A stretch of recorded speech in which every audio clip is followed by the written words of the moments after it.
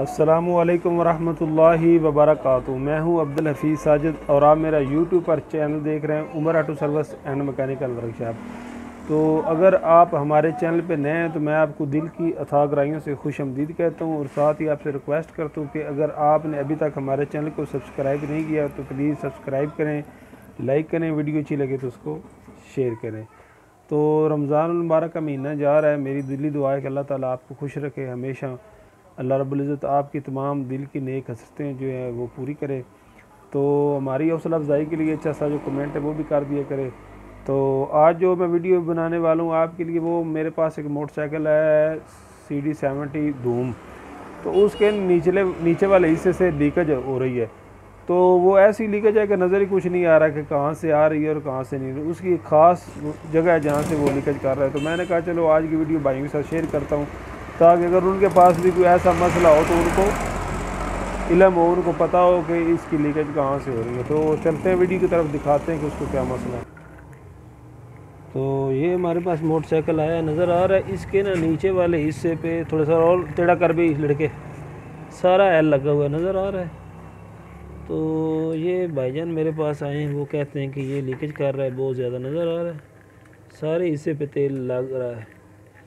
तो पहली दफ़ा तो मुझे भी समझ नहीं आया कि ये कहाँ से तेल आ रहा है। ये काबला जो है इससे भी तेल निकल रहा है, नज़र आ रहा है। ये भी तेल है, ये भी तेल है, ये भी तेल है, ये भी है, ये भी, यानी कि पूरा जो इसका हिस्सा है वो तेल से लथपथ है, नज़र आ रहा है। इधर से भी तेल निकल रहा है, ये भी निकल रहा है, ये भी इधर से भी, ये भी सारा यानी कि हिस्सा इसका जो है वो तेल से लथपथ है।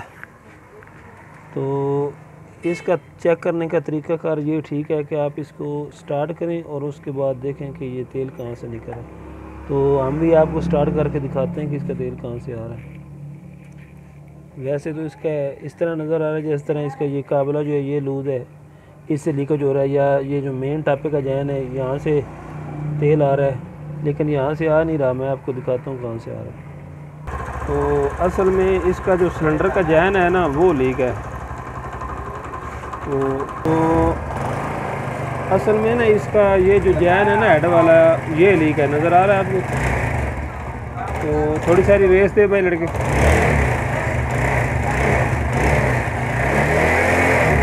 इसका असल में तेल जो है ना यहाँ से आ रहा है, नज़र आ रहा है, यहाँ से आकर फिर सारा इंजन की तरफ जा रहा है। सीधा कर मोटरसाइकिल, स्टार्ट कर भाई मोटरसाइकिल।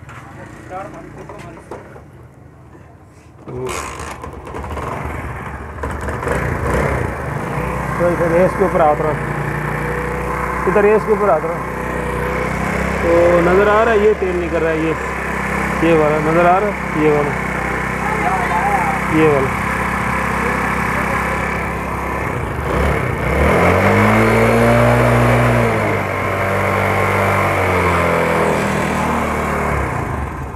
तो असल में इसका जो नुक्स था ना वो था ये जो है ना इसका सिलेंडर का जैन ये लीक है और इधर से तेल निकाला है, नज़र आ रहा है। और यही तेल जो है इंजन की नीचे हिस्से पे जा रहा है जिससे सारा इंजन जो है ना वो लथपथ है, नज़र आ रहा है।